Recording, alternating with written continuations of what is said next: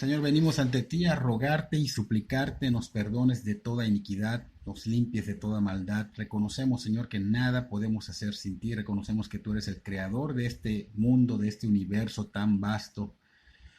Señor, sabemos que tú eres un Dios de amor, lo vimos en la cruz del Calvario, pero también vimos la justicia, Señor, en ese sacrificio, Señor.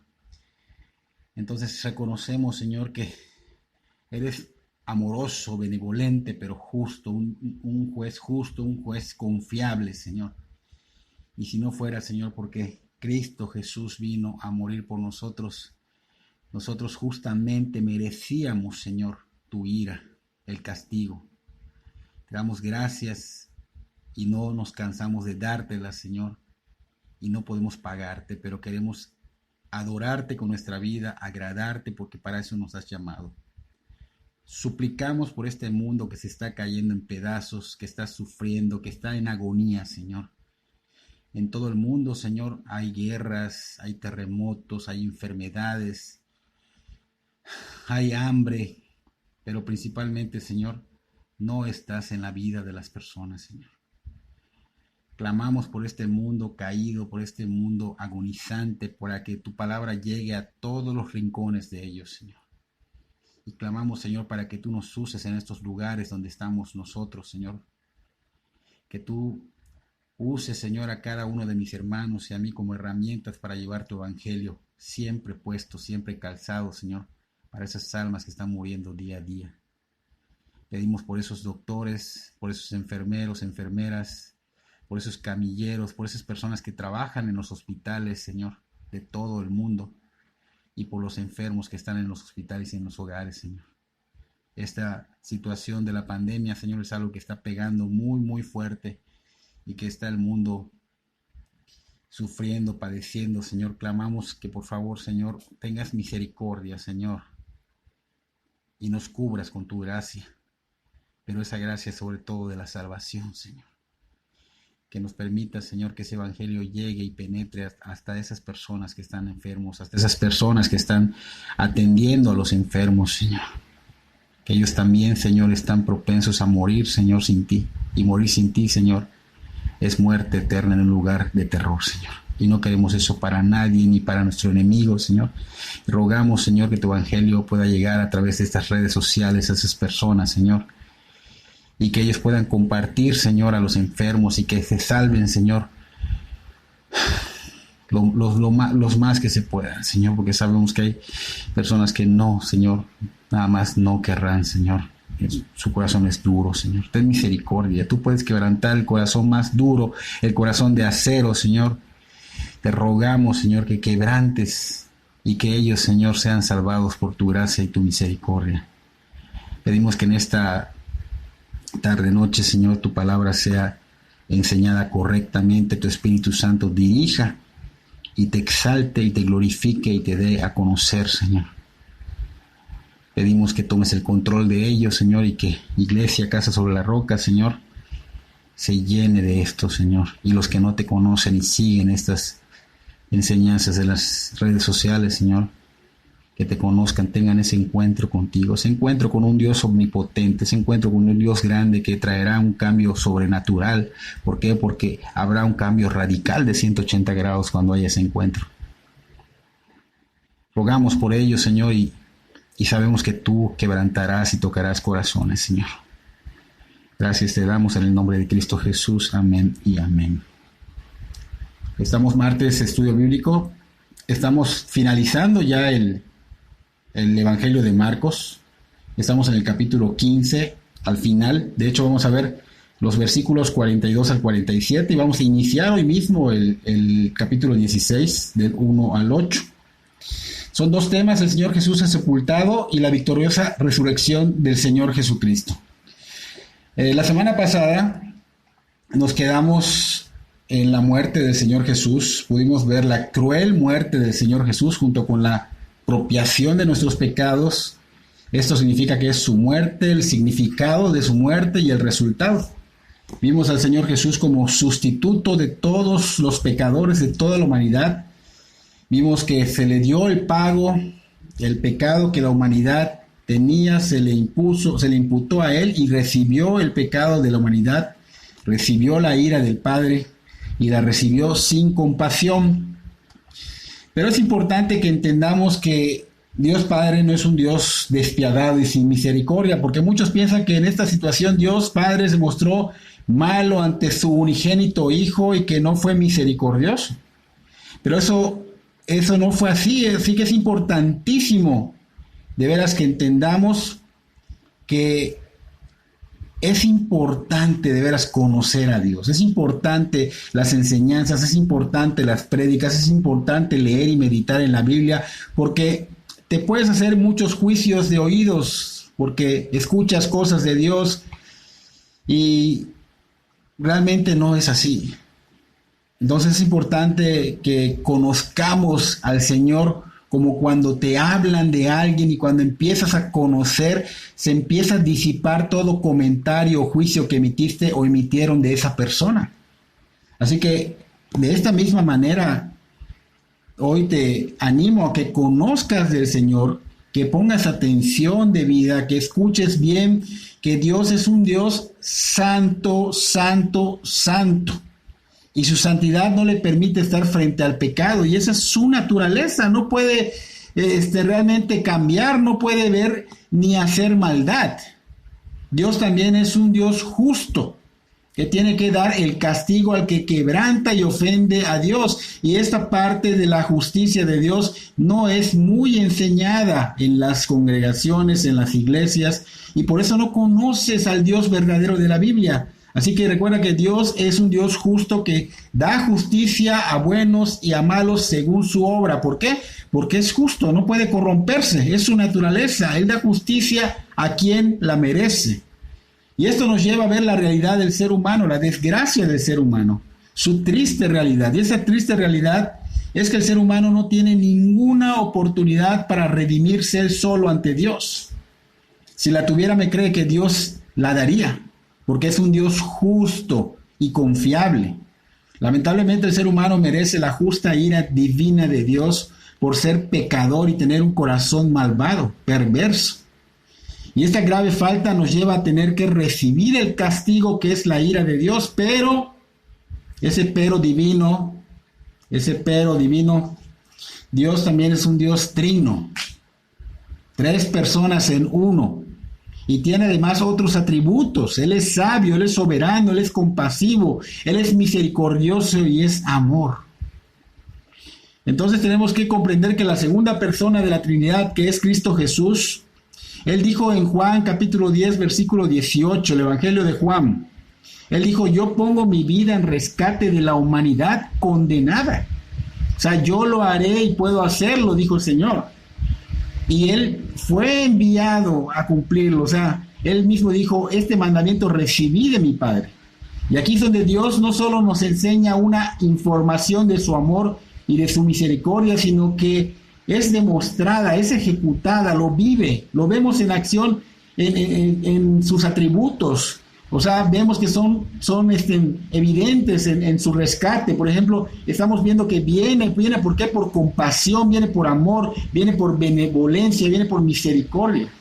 El Dios Todopoderoso es un Dios trino y tiene un plan de redención para la humanidad. Y lo hace, ¿por qué? Por su compasión, porque es parte de su naturaleza, por su misericordia y su exorbitante amor. Y esto no significa que Dios Padre es malo y que Dios Hijo es bueno y Dios Espíritu Santo es bueno. No. Dios es el mismo en 3 personas. Así que Dios Padre tiene el plan de redención y envía a su Hijo por amor a la humanidad pecadora. Cristo Jesús viene, no se aferra a ser Dios y dice, yo lo tomaré todo, yo lo pagaré, facturas pasadas, facturas presentes, facturas futuras.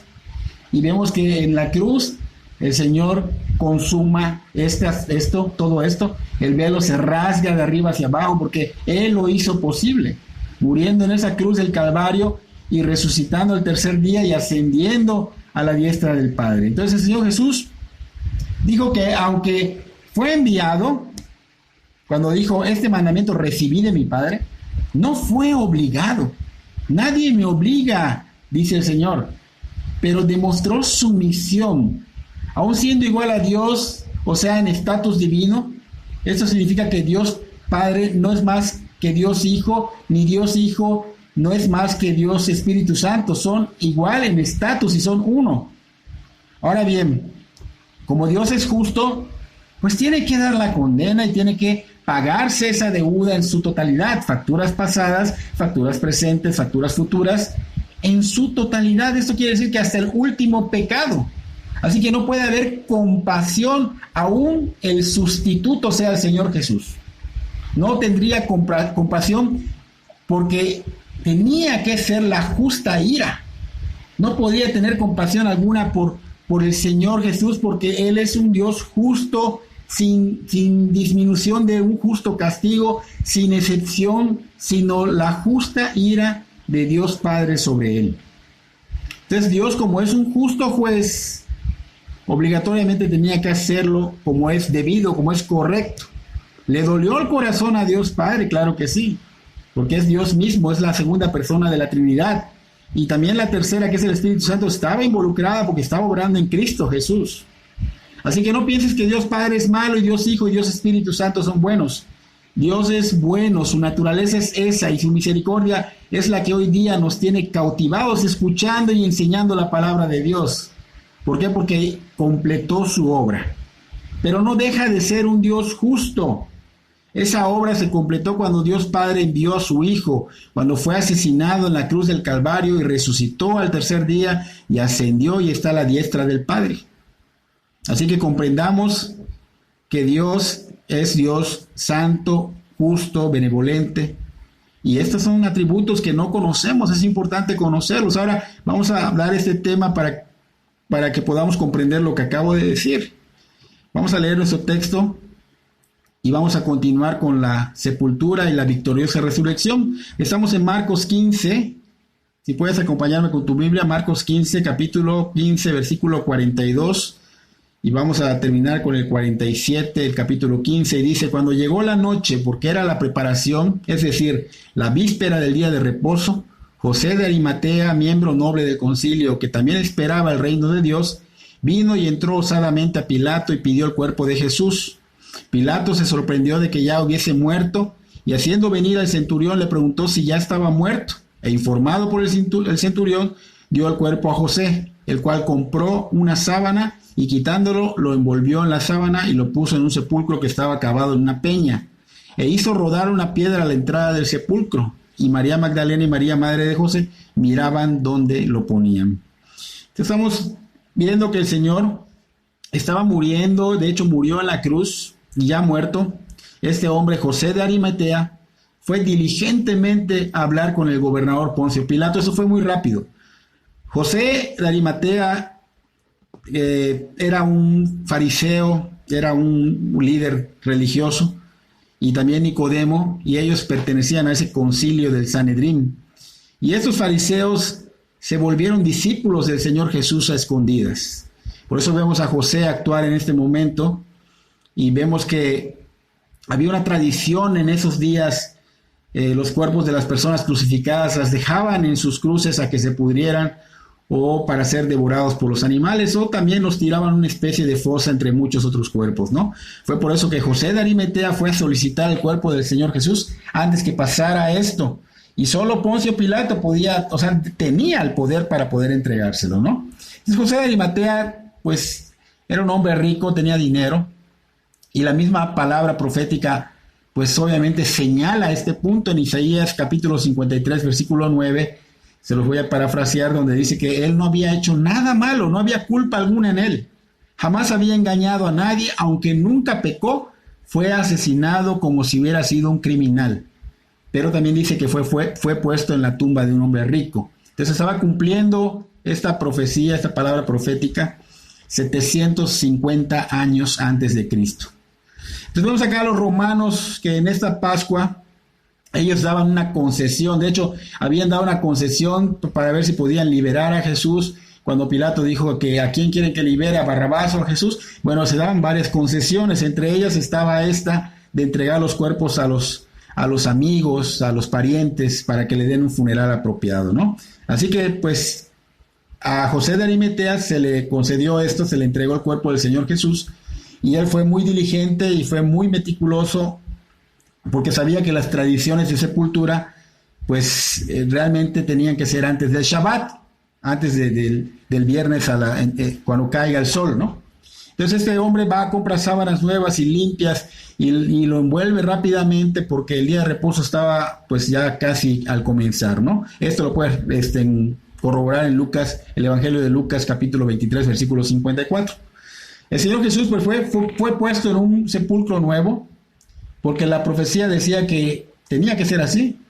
El Señor Jesús vino al mundo por el vientre de una virgen y regresó de la muerte por una tumba que nunca había sido usada. Esto quiere decir que era una tumba virgen. Ningún cuerpo tenía que haber estado en esa tumba, tenía que ser nueva para que cuando el Señor resucitara, o sea, se levantara su cuerpo en vida y saliera de la tumba, quedara vacía. Y así no habría confusión de cuál de los cuerpos fue el que salió. Por eso tenía que estar virgen, nunca haber sido usada. Entonces, esta tumba tenía que ser cerrada, la tuvieron que cerrar con una piedra, una tremenda piedra que pesaba toneladas, y la rodaban, era como redonda, la rodaban en la puerta del sepulcro, y de esa manera se sellaba, se acostumbraba a sellar este tipo de tumbas que eran costosas y que solo los ricos podían pagarlas, ¿no? Y esa tumba nos dice el Evangelio de Juan, en el capítulo 19, versículo 41 y 42, que estaba en un huerto que estaba muy cerca de donde lo habían crucificado. Por eso se dio muy a tiempo todo lo que hizo José de Arimatea, pues por la cercanía, ¿no? En el Evangelio de Mateo, capítulo 27, versículos 62 al 66, nos da más amplitud de lo que estaba sucediendo después de la preparación del cuerpo del Señor Jesús. O sea, al día siguiente, dice, los líderes religiosos al día siguiente estaban como que temerosos y fueron con Poncio Pilato, pero fueron con adulaciones refiriéndose a él como el Señor, ¿no? Y eso nos muestra la hipocresía de estos religiosos legalistas y la conveniencia que había en ellos. Lamentablemente esta acción maligna pues sigue trascendiendo hasta el día de hoy en muchos cristianos. Es importante señalar que la adulación es un pecado en la Biblia, es un descuido del creyente, pero pues bueno, mucha gente lo duda y la Biblia realmente habla mucho a menudo de ello. De hecho, voy a citar a Judas, solo Judas para no entrar con las demás citas. Judas capítulo 1, que solo un capítulo tiene el libro de Judas, versículo 16, dice: estos son murmuradores querellosos que andan según sus propios deseos, cuya boca habla cosas infladas, adulando a las personas para sacar provecho. En esta cita Judas se está refiriendo a este tipo de personas como los líderes religiosos, cuya boca hablaba cosas infladas, adulando a las personas para sacar provecho. Estaba describiendo muy acertadamente esta cita, describe a los líderes religiosos y a la gente que sigue cayendo en esto, ¿no? Es un descuido que a veces es importante señalarlo, ¿no? Dios conoce el corazón y lo más íntimo que hay en el corazón, ¿no? O sea, no lo podemos engañar. Y adular, que es lo mismo que hacer la barba para sacar provecho, pues a Dios no le agrada. Respetar o dirigirte con educación no es mal visto, es correcto. Reconocer a las autoridades en sus estatus sociales o jerarquías es correcto, pero caer en lisonjear o halagar, que es lo mismo que adular, es pecado ante Dios. Entonces, vamos a dar un ejemplo de lo que está sucediendo tristemente hoy día.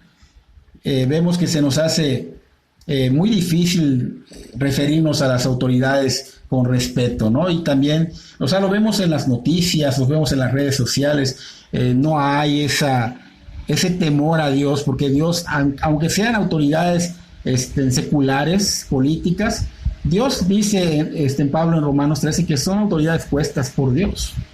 Y pues esas autoridades que Dios ha puesto también eclesiásticamente, hablando de las congregaciones, de las iglesias, pues también es importante referirnos ante ellos con respeto, ¿no? Por ejemplo, hay pastores que tal vez no tuvieron la oportunidad de estudiar en un instituto bíblico, son pastores pues muy humildes, realmente viven en pobreza, no tienen los recursos, pero ellos fueron llamados por Dios. Dios toca a las personas y fueron llamados por Dios, y ellos realmente han sido enseñados por el Señor, están en la palabra, están en el Espíritu, realmente Dios les ha mostrado la verdad y eso es lo que cuenta ante Dios. Y muchos tristemente por verlos, por las apariencias, los humillan, los tratan mal, se dirigen a ellos con altivez, como si estos pobres pastores valieran menos para Dios. Y no, estos realmente son ricos ante Dios. ¿Por qué? Porque Dios de veras al que es humilde lo exalta. Y obviamente al que se exalta y es orgulloso lo va a humillar, ¿no? Entonces al que es pastor, aún como lo ve así, lo han llamado pastor, llámale como lo que es, Dios lo puso, porque se va a ver realmente cuando una persona tiene temor de Dios respetando a las autoridades.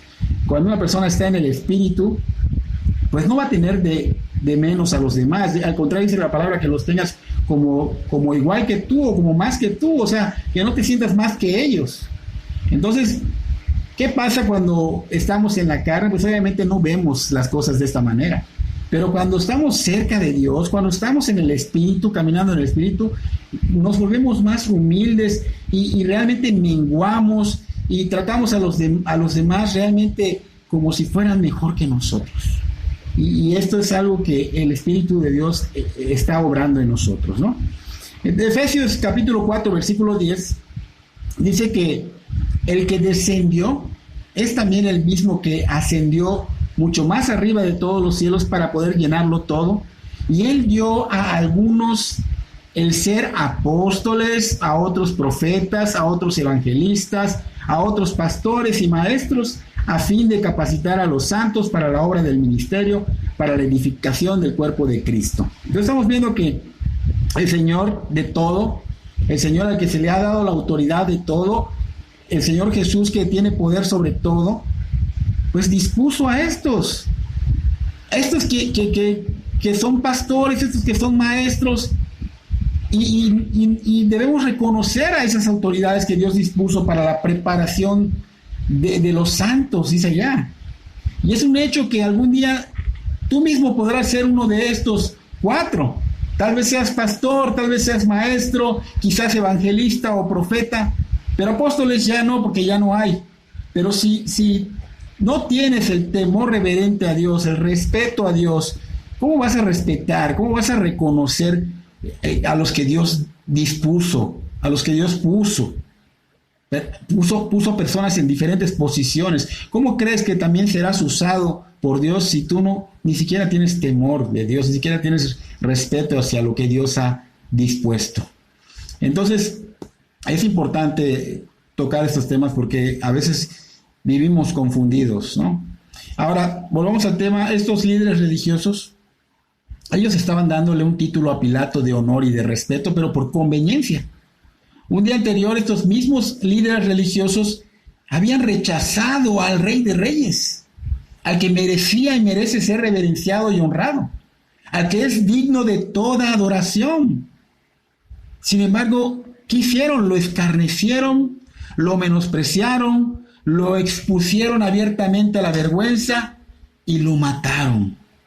Pero a Pilato sí lo estaban honrando, lo lisonjearon, lo halagaron, le estaban dando un título de honor que no le fue puesto por Dios. Y aquí estamos viendo claramente conveniencia más hipocresía igual a condena. Estos líderes religiosos no les importaba hacer cosas indebidas, cosas indignas de la posición que tenían. Ellos deberían ser de buen testimonio. Sin embargo, no les importó con tal de ¿qué?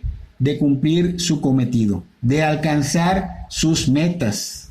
Era día de reposo, el Shabbat, y fueron a solicitarle a Pilato una guarda para la tumba, y está prohibido por ellos mismos hacer este tipo de diligencias en día de reposos.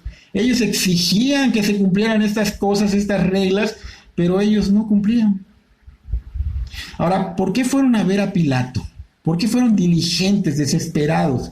Porque se acordaron que el Señor Jesús había dicho que resucitaría al tercer día.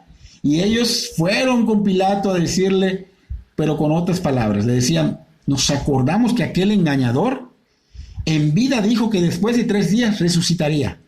O sea, era irónico que estos enemigos de Dios, enemigos del Señor, recordaran mejor la promesa del Señor Jesús de resucitar al tercer día que sus propios discípulos. También podemos notar que de parte de estos religiosos, ellos tenían la certeza de que en verdad murió en la cruz del Calvario. Porque desde esos tiempos hasta el día de hoy, muchos buscaron y buscan negar la fe en Cristo, diciendo que el Señor Jesús nunca murió realmente, que fue un engaño, que solamente se desvaneció en la cruz y que de alguna manera lo cuidaron los discípulos hasta que se recuperó e hicieron creer que milagrosamente resucitó en la tumba. A esas personas que han dado estas falsas enseñanzas, se les ha contestado y se les debe contestar, no para contender, pero sí para que hagan conciencia, que hagan la prueba ellos mismos, en ellos mismos, que alguien prepare unas tiras de piel, la cual lleve las bolas de metal y hueso amarradas en las puntas y que con ellas los azoten 39 veces con toda su fuerza y que después de esos azotes que los claven en el madero de las muñecas y pies y luego de ser clavados que los dejen colgando 6 horas y que alguien sepa bien dónde está posicionado el corazón y que la atraviese con una lanza y ya que esté según ellos medio muerto, que lo unjan y lo pongan en una tumba sin oxígeno por 3 días y a ver qué sucede con él. Porque realmente hay que hacerlos tener conciencia. Volviendo a los religiosos, enemigos de Dios, ellos dijeron que tenían el temor de que los discípulos fueran en la noche y se llevaran el cuerpo, pero eso era una mentira. O sea, realmente no temían que los discípulos lo hicieran porque sabían que los discípulos estaban escondidos y aterrorizados por lo que había sucedido con su maestro. Estos líderes religiosos mentían. O sea, en verdad estaban haciendo todo lo que va contrario a lo que una persona de piedad debe hacer. Ellos estaban aterrorizados también, pero no por la misma situación de los discípulos, sino por el poder del Señor Jesús, porque ellos fueron testigos de muchas señales y muchos milagros que el Señor Jesús hizo, y lamentablemente en ese momento, solo en ese momento estaban creyendo más que los discípulos. Y así es con Satanás y sus demonios. Ellos ante el Señor, dice Santiago capítulo 2 versículo 19, que ante el Señor creen y también tiemblan. Y es lo que estaba pasando con ellos, tenían esta misma actitud. Estos falsos sacerdotes religiosos estaban temblando de lo que podía suceder. Ahora bien, observemos que estos enemigos de Dios sabían muy bien que aún se robaran el cuerpo del Señor Jesús, pues no lograrían nada con ello, porque estaba, según ellos, muerto, ¿no? Porque no podían presentar un cuerpo muerto y hacer creer a los demás que estaba vivo. Eso no iba a probar lo que ellos decían, ¿no? Así que nos lleva a observar que ellos temían realmente al poder de la resurrección del Señor Jesús. Ellos estaban creyendo en la resurrección. Ellos sabían que había levantado también el Señor Jesús a muertos, entre ellos a su amigo Lázaro. Estos enemigos del Señor empezaron a creer en el Señor más que los discípulos. Pilato, pues obviamente les otorga la guardia porque pues, lo estaban adulando y él quería congraciarse con los judíos. Y pues les otorga esa guardia y aseguran el sepulcro con cuerdas y sellos romanos de cera, que pues daban una advertencia a cualquiera que los violara. O sea, realmente si alguien violaba esto, era muerte, ¿no? Pero no sabían que con esto, pues iban a dar más veracidad de que el cuerpo no pudo haber sido robado, porque estaban presentes los guardias, ¿cómo lo habían robado? Entonces, el pensamiento de los líderes religiosos nos hace ver que limitaban el poder de Dios, aunque estaban creyendo, lo estaban limitando. Y pues esto nos lleva a hacernos una pregunta de cómo en verdad pudieron pensar que Dios podría ser detenido por una piedra o por una guarda, que eran de 8 o 16 guardias, ¿no? Los soldados pues obviamente pensaron que los discípulos tal vez intentarían ir a sacarlo girando la piedra enorme para sacar el cuerpo, y es por eso que ellos estaban allá y los sellos estaban puestos. Estos soldados romanos pues tenían la responsabilidad de ver que permanecieran esos sellos, que no fueran violados, ¿no? Porque si fueran violados pues sus carreras estarían arruinadas y, como dije hace un momento, podían ser ejecutados.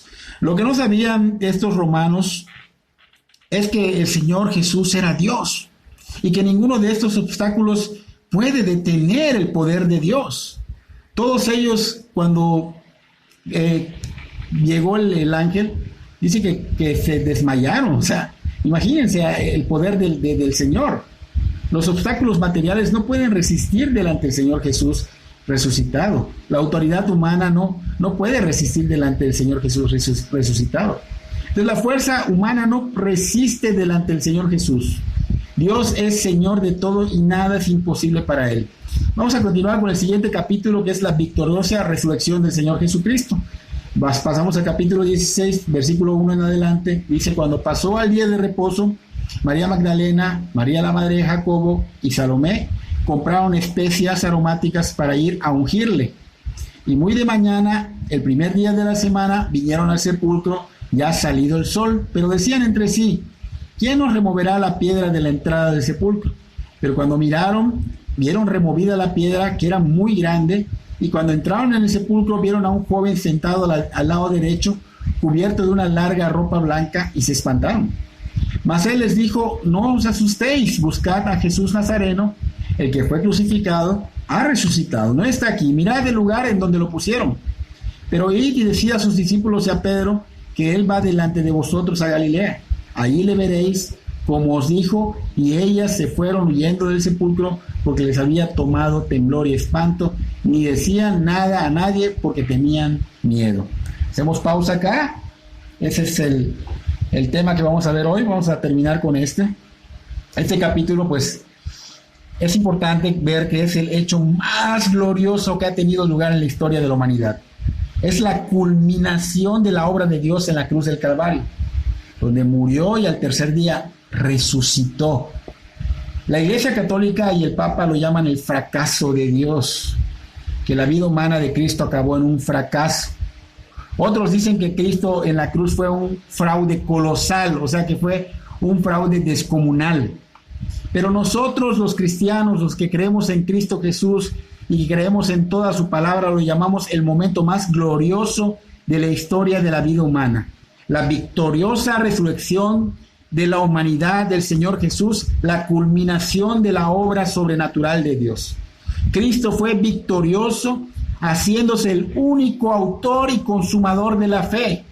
Por eso la salvación es por medio de la fe en Cristo, en el Señor Jesucristo. No está la salvación en tus obras, ni en tus esfuerzos, ni en cumplir la ley, ni en tu buena moral. Solamente en la fe en Cristo Jesús puedes salvarte. Y Cristo ha resucitado y los evangelios lo describen, y por eso podemos confiar en que hay una vida más allá de la muerte, y que el Señor Jesús, al morir y salir victorioso de la tumba con vida, nos trae la esperanza de la herencia a esa humanidad que aún sigue mirando con temor a la muerte, que es tristemente.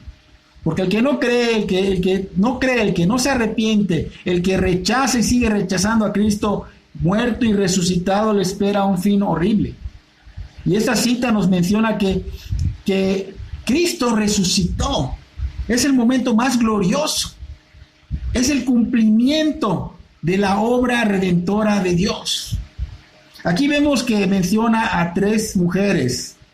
Esas 3 mujeres fueron las mismas que miraban al Señor en la cruz, y que estaban con Juan mirando al Señor en la cruz, y que también al final, en Marcos 15, pues estaban viendo que sepultaran al Señor. Esta María Magdalena era aquella mujer que el Señor Jesús liberó de 7 demonios. La otra María, que dice acá que es la madre de Jacobo, era la madre del Señor Jesús, y Jacobo su medio hermano. Y Salomé, pues era igual. María Salomé se dice que era la hermana de María, la madre del Señor, o que era María, la madre de los hijos de Zebedeo, cualquiera de las dos. Lo que sí vemos que estas 3 Marías, pues son las que estaban al pie de la cruz.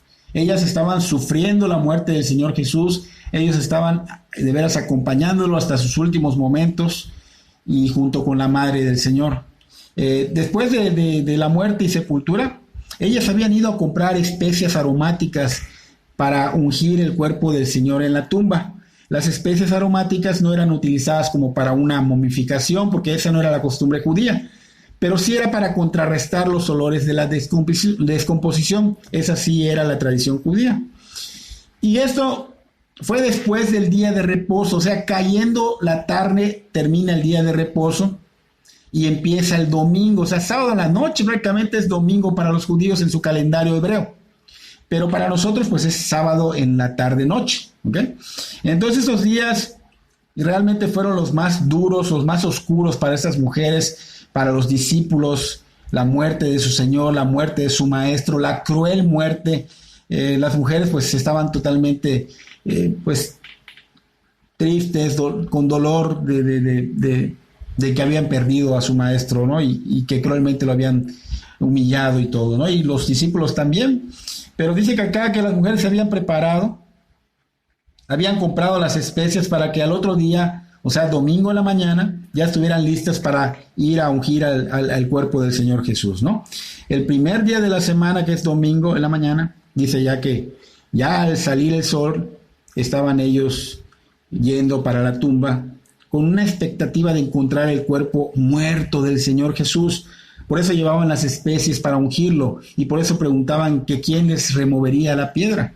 O sea, no se esperaban realmente encontrar la tumba sin el Señor vacía. Ellas ni sabían que habían guardias vigilando la tumba. En el Evangelio de Lucas 24, capítulo 24, versículo 10, menciona que habían otras mujeres y esto nos indica que fueron varios grupos de mujeres a la tumba del Señor. Mateo relata que hubo un gran terremoto, esto no lo muestra Marcos, de hecho no lo muestra Lucas tampoco, ni Juan, solo Mateo lo muestra, solo en Mateo está escrito, y cabe mencionar que el terremoto no causó que la piedra fuera removida. Recordemos que el universo se había estremecido cuando el Señor Jesús estaba entregando su espíritu, cuando consumado es, dijo. La tierra se sacudió y ahora en su resurrección se vuelve a estremecer el universo y la tierra se vuelve a sacudir, tiembla. Y esto quiere decir que el temblor en su muerte fue demostrado el dolor de Dios por el sacrificio. Y el segundo temblor demostró que nada podía estorbar que el Señor Jesús sea levantado y sea resucitado. Entonces, vemos que el universo visible e invisible fue estremecido, la tierra lo sintió y estas mujeres también estaban sintiendo ese temblor, pues algo totalmente sobrenatural que estaba pasando. Y para su sorpresa de las mujeres, llegando se encuentran con la piedra removida y no solo eso, sino que ven a un hombre joven. Aquí dice un hombre joven. Y esto muestra que los ángeles se pueden presentar en forma humana. ¿Ok? Este era un ángel que estaba sentado al lado derecho en forma de un joven con una ropa larga, una túnica blanca. Pero algo que es importante señalar es que el Señor no necesitaba o sea, es importante saber que este ángel no vino para remover la piedra, ni el Señor necesitaba que el ángel removiera la piedra, pero sí el Señor era digno de que los ángeles vinieran a ser testigos no solo de su pasión, sino también de su resurrección. Y esa es la razón por la cual se hicieron presentes los ángeles. En Mateo capítulo 28, versículo 4, habla de que los guardias estaban como desmayados al ver a este ángel con un aspecto de relámpago. O sea, su presencia los impactó tanto que estos hombres rudos y fuertes de veras cayeron desmayados. Así que los guardias, pues, obviamente estaban a un lado. El ángel estaba sentado en la piedra que encerró y atrapó el cuerpo del Señor Jesús en una tumba. Y esta escena tiene una simbología. Y es que Cristo nos ha dado la oportunidad del descanso en Él. Ese descanso de poder venir al trono de la gracia por la justicia imputada de Cristo en el ser humano arrepentido y convertido a Cristo. Entonces vemos de nuevo la escena, el temblor, las mujeres que seguían al Señor Jesús, los romanos aterrorizados que no aguantaron el asombro y se desmayaron, y la sola presencia de la pureza del ángel intimidó a estos duros soldados, y vemos una escena muy fuerte, ¿no? Vemos a estas mujeres que eran fieles seguidoras del Señor y escucharon que el Señor Jesús no estaba en la tumba, sino que había resucitado. Estaban totalmente asustadas, tanto por lo que lo que veían como por lo que estaban escuchando. O sea, no podían creer que el Señor ya no estaba. Y cómo no te vas a asustar que primero que nada un ángel con ese aspecto como de relámpago y un vestido blanco como la nieve y aparte te diga, no está el Señor allá. Pues obviamente se asustaron, por eso vemos que los guardias se desmayaron y ellas pues tenían temor, estaban temblando de temor.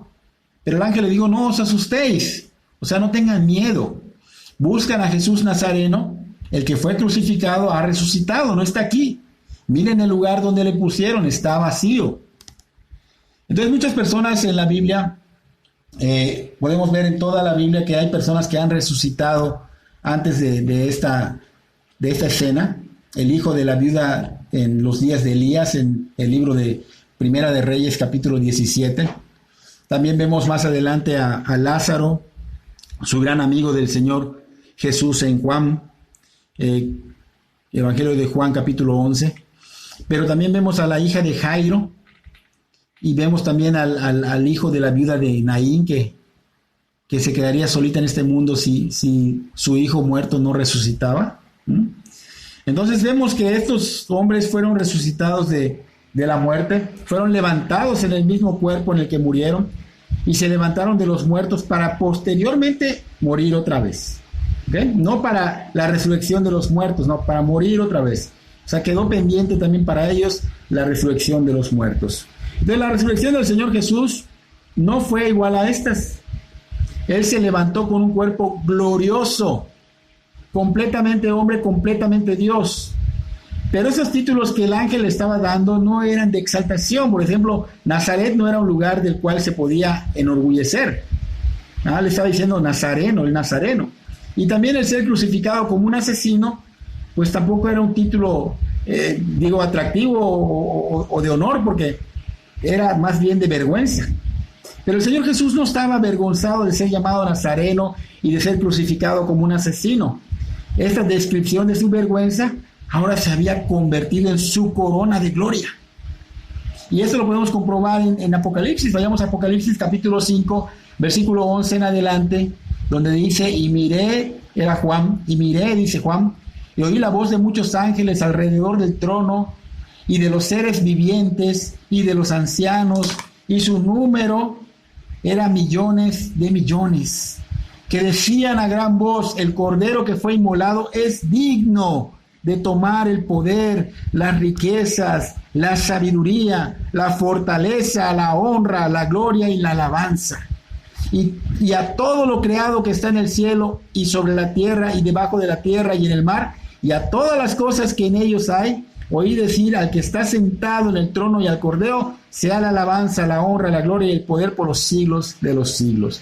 Y los 4 seres vivientes decían, amén, y los 24 ancianos se postraron sobre sus rostros y adoraron al que vive por los siglos de los siglos. Entonces estamos viendo que realmente esta descripción que estaba dando el ángel realmente se había convertido ahora en una corona de gloria.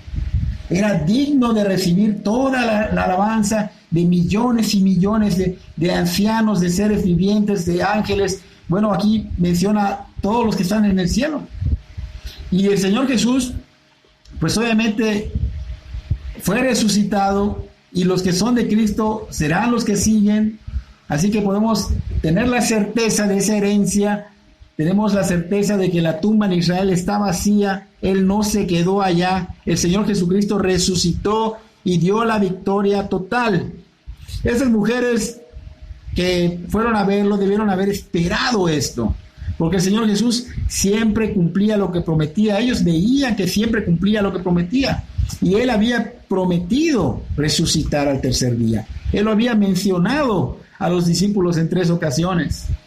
Entonces, cuando entraron a la tumba a ver, pues no era para que vean que fue removida la piedra, para que el Señor saliera. Solo fue para que vean que Él no estaba en ese lugar muerto, que su cuerpo no se encontraba postrado allá. La piedra no fue removida para que el Señor Jesús saliera. El ángel no vino a ayudarlo a abrir esta tumba. Vino a hacer acto de presencia porque el Rey había resucitado. Y en el Evangelio de Juan, capítulo 20, versículo 19, nos da una escena donde nos muestra el poder de Dios. Dice que estaban los discípulos y que todo el lugar donde estaban cerrados, puertas y ventanas, y que en medio de ellos se les apareció el Señor Jesús en su cuerpo resucitado. Estamos viendo acá el poder de Dios. El Señor no necesitaba que le remuevan la piedra. Él podía atravesar las paredes materiales, las barreras materiales, como lo hizo en esta cita. Así que con esto encontramos que la piedra no fue removida para que el Señor saliera. Fue removida para que otros vieran que el Señor no se encontraba ahí muerto. Fue testimonio de que Él no estaba más allá, de que se había levantado de los muertos. Entonces la resurrección del Señor Jesús probó que su muerte fue una apropiación real por el pecado y que el Padre lo había aceptado como tal y que la cruz fue el pago. La resurrección fue la factura sellada con pagado, probando que el pago había sido completamente aceptado por el Padre.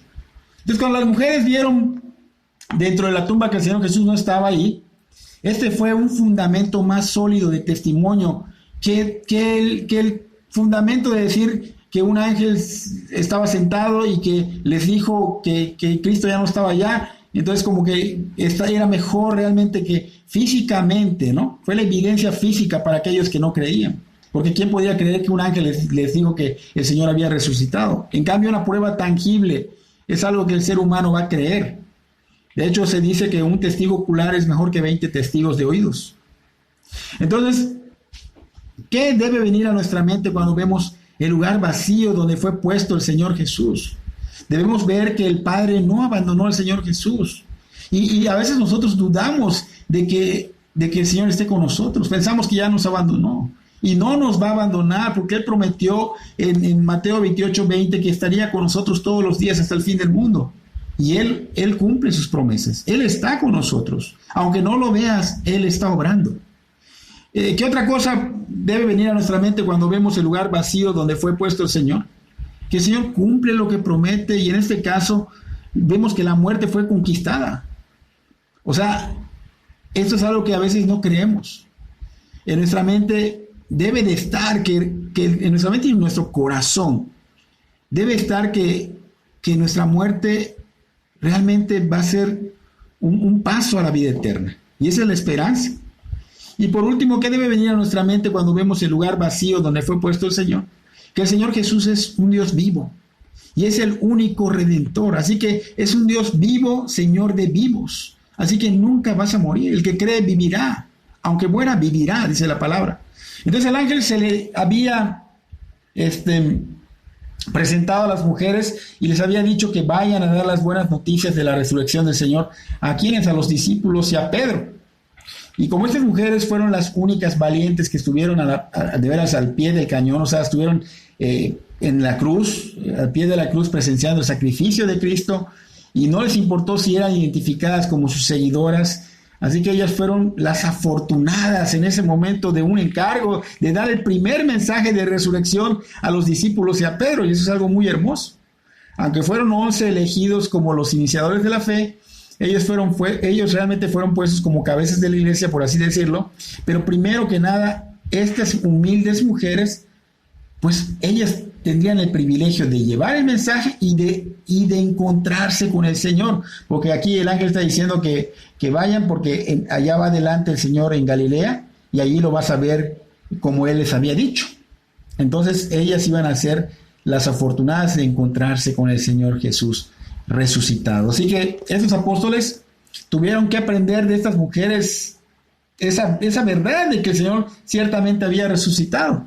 De ellas iba a venir a sus oídos, porque ellas más adelante, como dije hace un momento, tendrían su encuentro con el Señor en Galilea, como el ángel les había dicho, ¿no? Entonces era una certeza de que volverían a verlo, y no a verlo en espíritu, sino vivo en carne, como hombre y como Dios, y fueron corriendo a dar las nuevas a sus discípulos, y llenas de temor y gran gozo, tal como el ángel les dijo. Obviamente, unas horas antes de que pasara todo esto, vemos a estas mujeres que creían que todo estaba perdido, que creían que el Señor estaba muerto, que estaban yendo a la tumba a ungirlo con la certeza de que ungirían su cuerpo muerto. Ahora estamos viendo que ellas sabían que todo estaba ganado, porque el Señor Jesús estaba vivo. La resurrección significa que Dios tiene un plan eterno para nuestros cuerpos, hermanos. Nosotros debemos tener la certeza de que Él vive y de que algún día seremos levantados. Y es verdad que nos ponemos tristes cuando un ser querido muere. Pero si esta persona reconoció y se humilló ante Cristo, esta persona está en el cielo y está gozando de la presencia de Dios. Entonces es importante que tengamos esa certeza de que cuando tú te arrepientes, cuando tú crees, cuando tú te conviertes a Cristo, vas a tener la certeza de que vas a ser levantado. Pero no para vivir otra vez en los mismos cuerpos, sino en cuerpos nuevos, basados en nuestros viejos cuerpos, pero perfectamente adecuados para la vida eterna. Él es quien dio la victoria al Señor. Él nos libró de la esclavitud del pecado. Él nos libró de la esclavitud del diablo. Y nos ha dado la justificación de veras ante Dios Padre para poder estar en su presencia. No es mentira. Cuando queremos buscar el rostro de Dios en oración, o sea, de hecho se llama así, buscar el rostro de Dios, es buscarlo en oración. Tenemos el privilegio de venir a Él al trono de la gracia. ¿Por qué? Porque Cristo lo hizo posible. Y como dice Romanos 8, capítulo 8, versículo 30 y 31, dice, y a los que predestinó, y a estos también llamó, y a los que llamó, a estos también justificó, y a los que justificó, a estos también glorificó. ¿Qué pues diremos a esto? Si Dios es por nosotros, ¿quién contra nosotros? Y es algo muy hermoso porque aquí podemos ver nuestra situación hoy día. El mundo está terriblemente cayéndose en pedazos. Pero si tú ya conociste o ya reconociste que eres un pecador y que estás destituido de la gloria de Dios, si realmente has visto tu miseria y has entendido que nada puedes aportar, nada puedes hacer para ser liberado de esa sentencia por el pecado, si caíste como cayó Isaías, como muerto, humillado y quebrantado ante Dios, Dios no rechaza un corazón verdaderamente humillado y quebrantado. Entonces la gracia de la salvación, Cristo te la dará, y cuando esto haya sucedido, ¿qué puedes temer? ¿Qué puede robar tu gozo? ¿Qué puede quitar tu paz? Se puede estar cayendo el mundo, pero si Él es por nosotros, Él ya lo hizo posible. Él hará que cuando tú vengas te lleve en su gloria. Esto lo ha hecho porque dice acá que te ha glorificado. Y nada debe mover esa fe, porque tú ya fuiste llamado, ya fuiste justificado, ya fuiste glorificado. Y estos tres son la gracia en tiempo pasado, que da certeza a la gracia futura. Entonces, si hay la certeza de que tú ya eres justificado y glorificado a futuro, aunque todavía no esté totalmente hecha la obra total, pero ya hay la certeza, ¿qué puedes temer? ¿De qué puedes afanarte? Dice, si Dios es por nosotros, o sea, Dios está por nosotros, ¿quién puede venir en contra de nosotros? ¿Quién nos puede acusar? ¿Quién nos puede hacer movernos de nuestra fe? Nadie. ¿Quién puede arrebatarte cuando verdaderamente eres salvo? Nadie. Puede caerse todo el mundo en pedazos, pero tú sabes que Dios es por nosotros. Y puedes morir también, y tú sabes que Dios es por nosotros, y que Dios no nos va a abandonar. Él resucitó, Él dio la victoria, y Él es el primero, y seguimos nosotros. Es una promesa de Dios, y Dios cumple sus promesas. Hermanos, que Dios bendiga de veras tu vida grandemente. Y cuando digo esto me refiero a que de verdad Dios te abra el entendimiento y te haga ver su gloria, te haga ver los privilegios, los tesoros que te está dando.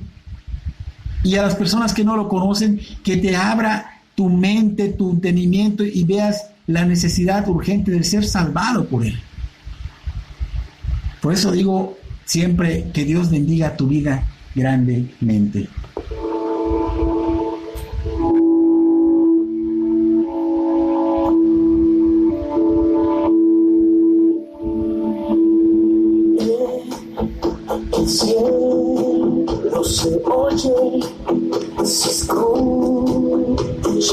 resonar.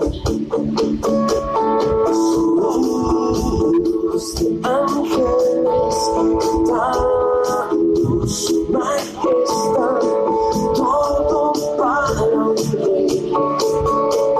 Cántale también a Jesucristo el Rey. Dios es nuestro Dios, alzamos nuestra voz. Divino es nuestro Dios, alzamos nuestro amor. Amén.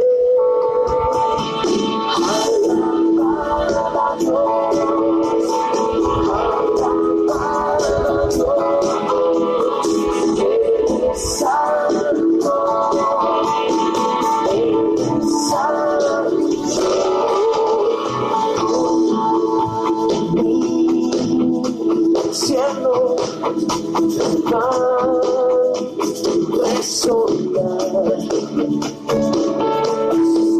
Escucha tu gran clamor, que Dios que es salvo, todo para un rey.